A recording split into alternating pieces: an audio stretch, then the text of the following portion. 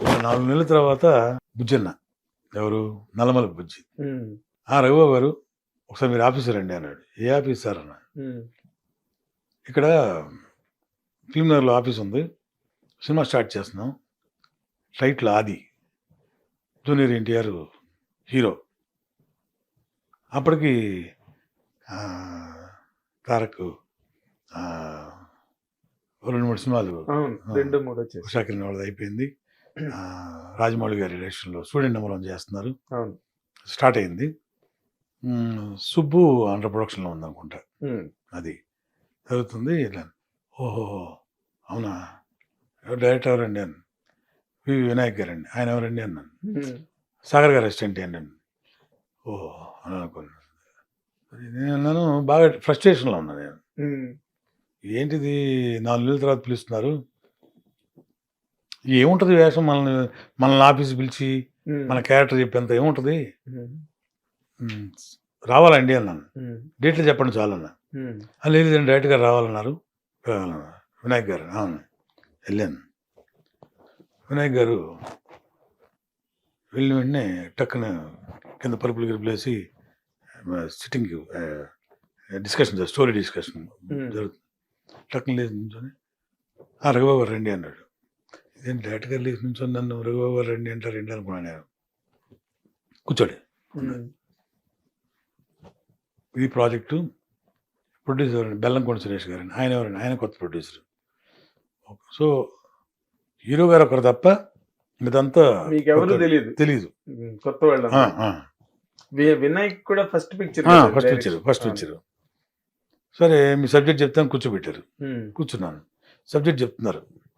మీ character పేరు గంగిరెడ్డి అండి చెప్పుకొస్తున్నారు. Sir faction based film, చాలా ఇంట్రెస్టింగ్గా ఉన్నాయి సీన్స్. చాలాసేపు అయింది, గంట అయింది. సబ్జెక్ట్ మొత్తం సీన్ టు సీన్ చెప్పుకుంటూ వస్తూ, మీ క్యారెక్టర్ పేరు గంగిరెడ్డి అని చెప్పాను కదా, ఆల్మోస్ట్ ఫినిష్ చేసి, సబ్జెక్ట్ ఫినిష్ చేసి, ఈ సినిమా అయిన తర్వాత మిమ్మల్ని అందరూ గంగిరెడ్డి అని పిలుస్తారు చూడండి అన్నాడు. వినయ్ గారు. ఫ్రస్ట్రేషన్లో ఉన్నా కదా, డిప్రెషన్లో ఉన్నాను. ఆడేమో మేనేజర్ పెట్టుకోమన్నాడు, వీళ్ళేమో గంగిరెడ్డి అని పిలుస్తామని చెప్తున్నారు. తొక్కేం కాదు, సర్లేండి అలాగే ఓకే అలాగే. బయట ఒక 35-40 డేస్ అవసరం వస్తుందండి. 365 డేస్ ఖాళీ సార్, 35-40 డేస్ ఏంటి సార్, నో ప్రాబ్లం అని మనసులో అనుకొని బయటికి వెళ్ళి ఒకసారి రెమ్యునరేషన్ ఒకటి మళ్ళీ మాట్లాడుకోవడం ఒకటి. సురేష్ గారు ఉన్నారు బయట. ఏంటి అన్నారు. ఏంటి చెప్తావు నువ్వు రెమ్యునరేషన్ ఏమన్నా? నేను చెప్పేది ఏంటి సార్, నేను చెప్పేందుకు కాదు సార్. సరే ఓకేలే, అడ్వాన్స్ ఏమైనా కావాలన్నారు. ఏమొద్దులేండి అన్నాను. సరే ఎల్లుండి ట్రైన్ బయలుదేరాలి, విజయనగరం షూటింగ్, 40 డేస్ ఉంటుంది, సేఫ్టీకి ఇంకో 10 డేస్ పెట్టుకో ఎక్స్ట్రా అన్నారు. నేను లోపల అనుకుంది విన్నారేమో తెలియదు, 360 ఖాళీ అని అన్నారు. సరే అన్నాను. సరే ఓకే వెళ్ళండి అని చెప్పన్నారు. ఏముందిలే వెళ్ళటం, సరదాగా టైం పాస్ చేసుకుని రావడం అనుకున్నాను. వెళ్ళిన ఫస్ట్ రోజు అంటే ఇంప్రెషన్ ఉండదు కదా డైరెక్టర్ గారి మీద. కొత్త డైరెక్టర్ ఏం తీస్తాడు ఎలా తీస్తాడు ఏం తెలియదు, ఇంప్రెషన్ ఉండదు కదా. ఒక డైలాగ్ చెప్పమన్నారు. ఫస్ట్ డైలాగ్ అందరూ గుర్తుండే ఉంటుంది అనమాట. గంగిరెడ్డి, ఆవుతి ప్రసాద్ క్యారెక్టర్ను, హరిత క్యారెక్టర్ అనమాట. ఆ 2 క్యారెక్టర్లు ఫ్లైట్ దిగి వస్తాయి ఊళ్ళోకి. వాళ్ళకున్న 1000 ఎకరాల బంజరు భూమిని పేదలకు పంచమని చెప్తాడు. చనిపోయిన మన విలన్ ఉన్నాడు కదా, రాజన్ పీదేవ్, ఆయనకి బంటుగా చేశాను అనమాట దానిలో, తెలుసు కదా, మెయిన్ విలన్ ఆయన.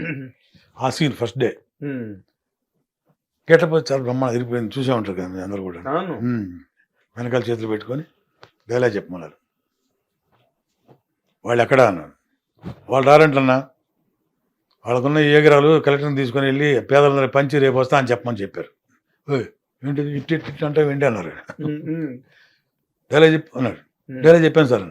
డైలాగ్ సరిగ్గా చెప్తే సరిపోద్దా, గ్లిజర్ని పూసుకో, మొత్తం ఎర్రగా కళ్ళు ఎర్రగా చింతరపుల్లా వచ్చేలా చేశారు. వెనకాల చేతి పెట్టు, ఒక చోట స్టేర్ చేయి, లిప్ మాత్రం కాలాలి, బ్లింక్ కాకూడదు, అయ్యి చెప్పు డైలాగు అన్నారు. యాజ్ ఇట్ ఈజ్కి చెప్పాను అనమాట. మళ్ళీ లిప్ మాత్రం కలుద్ది, డైలాగ్ చెప్పాను, కట్ ఇట్ ఓకే అన్నారు. మానిటర్స్ వచ్చిన కొత్త టైం అది. అందరినీ మానిటర్లో చూడనివ్వరు. ఉమ్, ఉమ్, నేను కూడా అలా దొంగతనంగా వెనక్కి వెళ్ళి అది చూస్తుంటే వెనకాల నుంచి ఇలా చూశాను. నిజంగా నన్ను చూస్తే నాకే భయం వేసింది. అమ్మా. అలా ఉంది షాట్, ఉమ్, ఆయన పెట్టిన యాంగిల్. ఉమ్. అప్పుడు చూశాను అన్నమాట, వినయ్ గారు అంటే ఈయన అని. షార్ట్ చూసాక ఆయన చూశాను, అమ్మ బాబోయ్ ఈయనేంటి అనుకున్నాను. ఉమ్, ఇంకా ఆ రోజు నుంచి ఏంది సార్, అది పూనకం అయింది. సినిమా అంతా షూటింగ్ అంతా. పూనకం. ఉమ్, 72 రోల్స్లో, అంటే ఇవాళ వచ్చింది డిజిటల్, ఉమ్, ఉమ్. అప్పట్లో 70 రోల్స్ అనేవాళ్ళు, రోల్స్ కదా. ఫీట్. అవును. 72 రోల్స్లో ఉమ్, ఆది సినిమా కంప్లీట్ చేయడం అయింది. చాలా ఎకానమీ కదా. అంటే ఆయన సినిమా స్టార్ట్ చేసిన రోజు ఫస్ట్ కాపీ చూసేసాడు విత్ రీ రికార్డింగ్. గిటార్. అంత గొప్ప డైరెక్టర్. అవును, అంత ఇంటాక్ట్ వినయ్ గా గారు. గొప్ప డైరెక్టర్. ఆ అవకాశం ఎలా వచ్చింది అనేది తర్వాత సినిమా హిట్ అయిన తర్వాత బాగా క్లోజ్ అయిపోయి రఘు రా అని చెప్పి బాగా అవును. నన్ను చాలా, నేనంటే చాలా ఇష్టం, బాగా చూసుకుంటారు. అప్పుడు అన్నమాట, అదే మామూలుగా చెప్తుంటే, సార్ నేను మీరు సబ్జెక్ట్ చెప్తున్నప్పుడు ఇలా అనుకున్నాను సార్, నేను చెప్పారా? చెప్పాను. ఉమ్, మ్మ్. ఒక హీరో తప్ప మిగతా అందరూ కొత్త వాళ్ళు. నన్ను పిలిచి మరి సబ్జెక్ట్ చెప్పడం ఒకటి అవసరమా ఈయనకి, డైరెక్టర్ గారికి? ఆ ప్రొడ్యూసర్కి నన్ను ఆఫీస్ పిలవడం అవసరమా? బుజ్జిని నన్ను పిలవడం అవసరమా? నన్ను 2 గంటలు కూర్చోబెట్టి సబ్జెక్ట్ చెప్పడం అవసరమా? అసలు రెమ్యూనరేషన్ ఎంతని అడగడం అవసరమా? అడ్వాన్స్ ఇన్ని రోజులు కావాలంటే అవసరమా? అడ్వాన్స్ తీసుకోమంటే అవసరమా? సర్లే కానీ చూద్దాంలే అని, మీ ఫస్ట్ షాట్ తీసే వరకు నాకు మీ మీద కాన్ఫిడెన్స్ లేదు సార్ అని చెప్పి.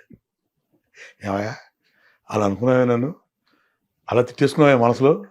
అవును సార్, బాగా చాలా హ్యాపీ ఫీల్ అయ్యాడు, అదే కదా. సరదాగా. మీరు ఫ్రెండ్స్ చాలా.